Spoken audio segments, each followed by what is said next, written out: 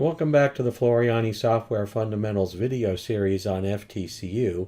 My name is Mark Garetz and I'm a National Floriani educator. And in this section we're going to be covering a feature that we call wordplay. A very popular art style out in the world today is something that's called typically subway art, which is when they take letters and words and they arrange them so that the outline of that arrangement forms some kind of shape, and the words can be in various orientations inside. And we have a feature like that for you called wordplay.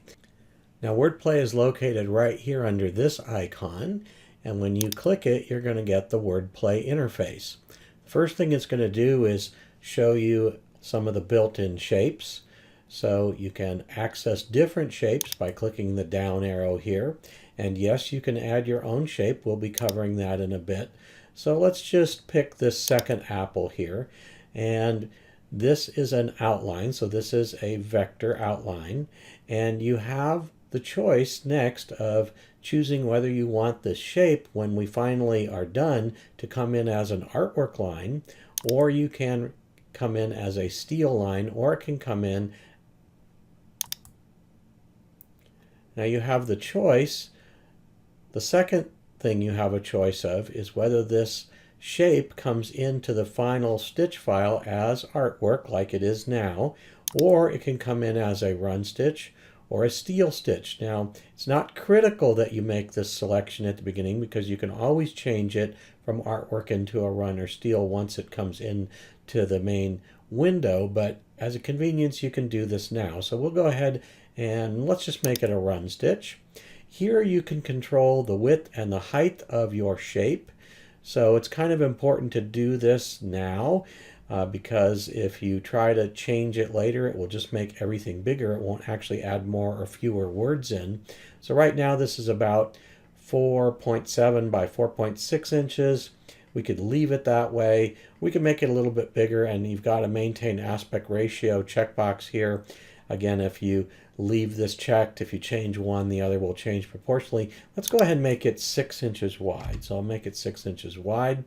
I can change whether I see my fonts in here once I start putting them in as 3D or regular. We'll just leave this unchecked for now.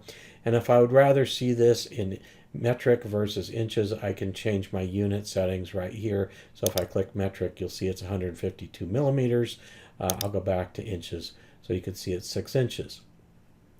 Next over here is the actual words that we want to put into this apple.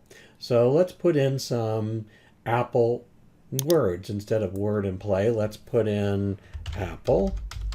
And let's put in a type of apple I like called a Fuji. And I also like pink ladies. So I'm going to put in pink lady now. You'll notice here that I have put in apple with a comma and then the word Fuji with a comma and then pink lady as one word, and I'm going to put in another comma. So even though there's a space in here, because there's no comma, it's going to treat pink lady as one phrase in here. So that's the key. If you just want a word, you put it in with a comma. If you want a phrase, you put the comma after the phrase. And let's put in one more. Let's put in gala. And that's probably enough. We can pick our font here.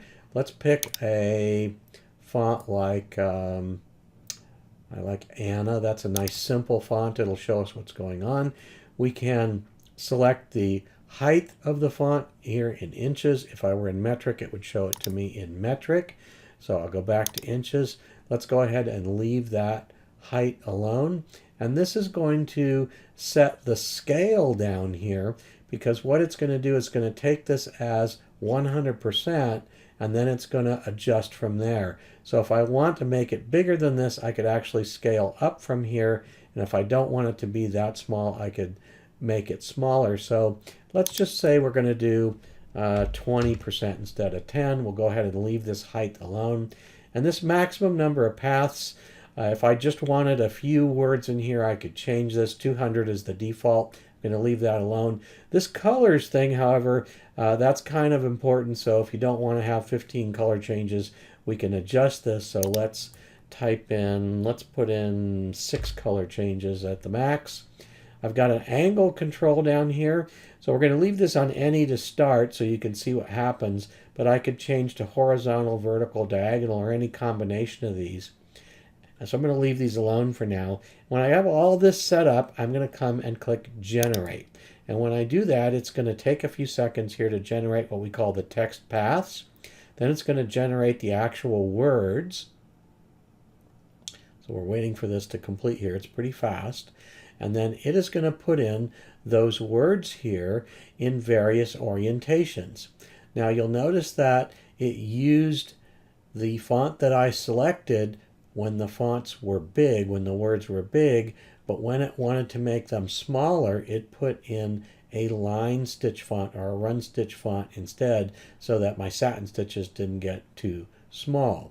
Now, if I like the way this looks, I can leave it. If I want to create a new random pattern, I can click Generate again, and it will regenerate for me. So it's regenerating those shapes again, and different colors this time as well. And if I want to change the orientation, like this is kind of just a random jumble, if I want to, I could say just do horizontal. So we'll click Generate again to see what that looks like. And anytime that I don't like what it's produced here as sort of a random set of words, I can just click Generate again and it'll regenerate. If I wanted to do vertical by itself, I could do that. Let's see what that looks like.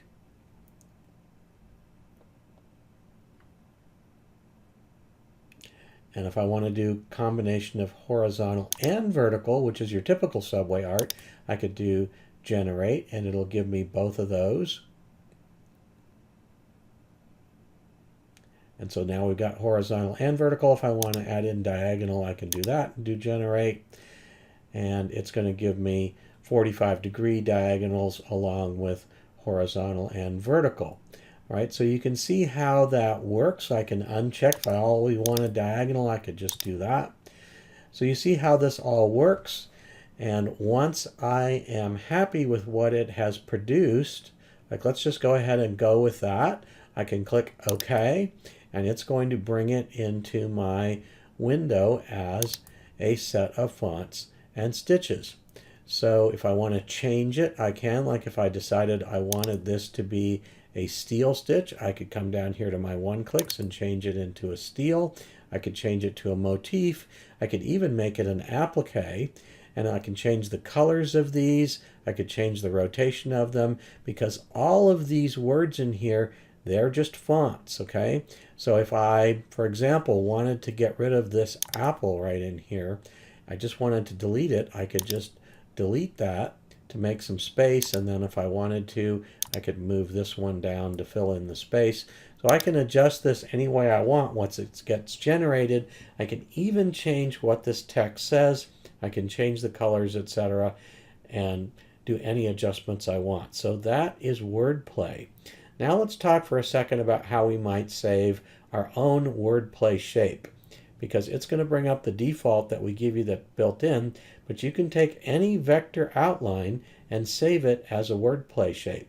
So you could draw that, you could import it as any of our vector imports, like for example an SVG file, or you could let the software auto create something. So let's just do that for fun. Let me actually select all of this and delete it so that it's not bothering us. And let's go ahead and bring in an embroidery file. I'm going to go to my library and click my Angels folder, go to my designs, and we'll bring in this angel this time. And I'm going to make an outline around her using my Create Outlines tool. And I probably don't want that halo in there, so let's just select that halo over here and delete it. So we've got the rest of our angels selected here. Let me just make sure she's all selected. And we are going to invoke our Create Outlines tool. I've got one ripple, which is good, and I've got spacing of 0.118 inches, which is probably okay. I could make it 0, but we'll just go ahead and leave it like that. And then I've got this checked here, which is remove selection, because what that does is after it's done creating the outline, it's actually going to get rid of the stitches. I mean, I don't really want the stitches. All I want is the outline, so that's okay. Normally we leave this unchecked, but this time I'm going to leave it checked. And I'm going to say okay. and it's going to make my outline. So there's my angel outline. Now to save this as a wordplay shape, I come up here to my Tools menu, and I come down here to Save Wordplay Shape. And when I click that, it is going to come here and ask me to give it a name. So I'm going to actually name it Angel, and it's going to automatically save it in the WAF format.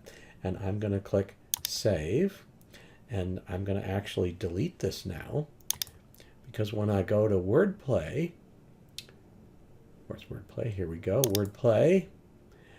Now, since I named it the very first thing, it's going to come up as one of my wordplay shapes, so I can generate text and put it in here. So that is how you save a custom wordplay shape and how you use the wordplay tool.